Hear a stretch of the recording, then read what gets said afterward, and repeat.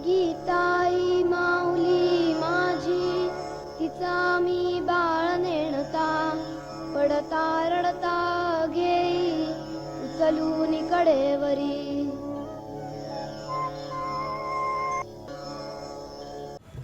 नमस्कार, सभी को जय जगत।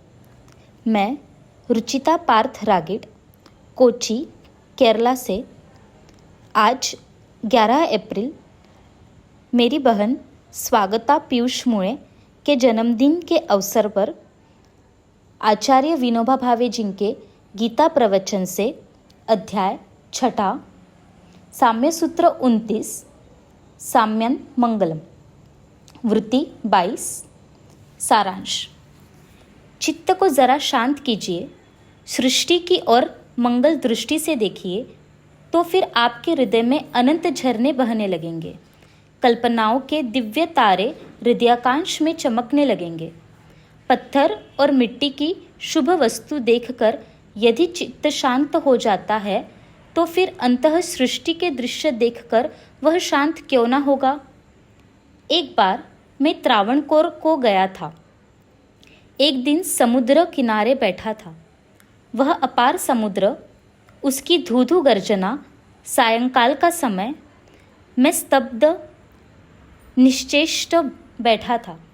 मेरे मित्र ने वही समुद्र किनारे कुछ फल वगैरह खाने के लिए ला दिए।